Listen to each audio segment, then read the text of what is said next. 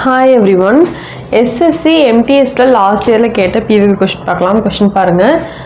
If you do not follow the rules, you will not be allowed to stay at this hostel.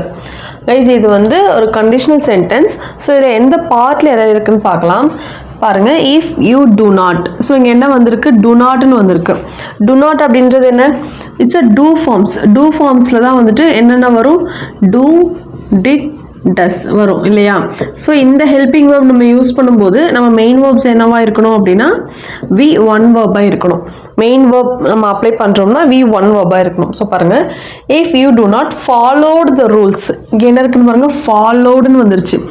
followed அப்படின்றது it's V2 verb. V2 V3க்கு நம்ம use பண்ணுவோம். இங்கே followedனு இருக்கு. Actually அங்கே என்ன வந்திருக்கணும் அப்படின்னா V1 verb வந்து follow. என்ன சொல்ல வராங்கன்னா, நீங்கள் வந்து ரூல்ஸை ஃபாலோ பண்ணலைன்னா ஹாஸ்டலில் ஸ்டே பண்ண முடியாது அப்படின்னு சொல்கிறாங்க. ஸோ டூ ஃபார்ம்ஸ் வந்து வெளியே வந்ததுக்கப்புறம் மெயின் வேர்ப் வந்து V1 வேர்பாக இருக்கணும். இங்கே V2 இருக்குது.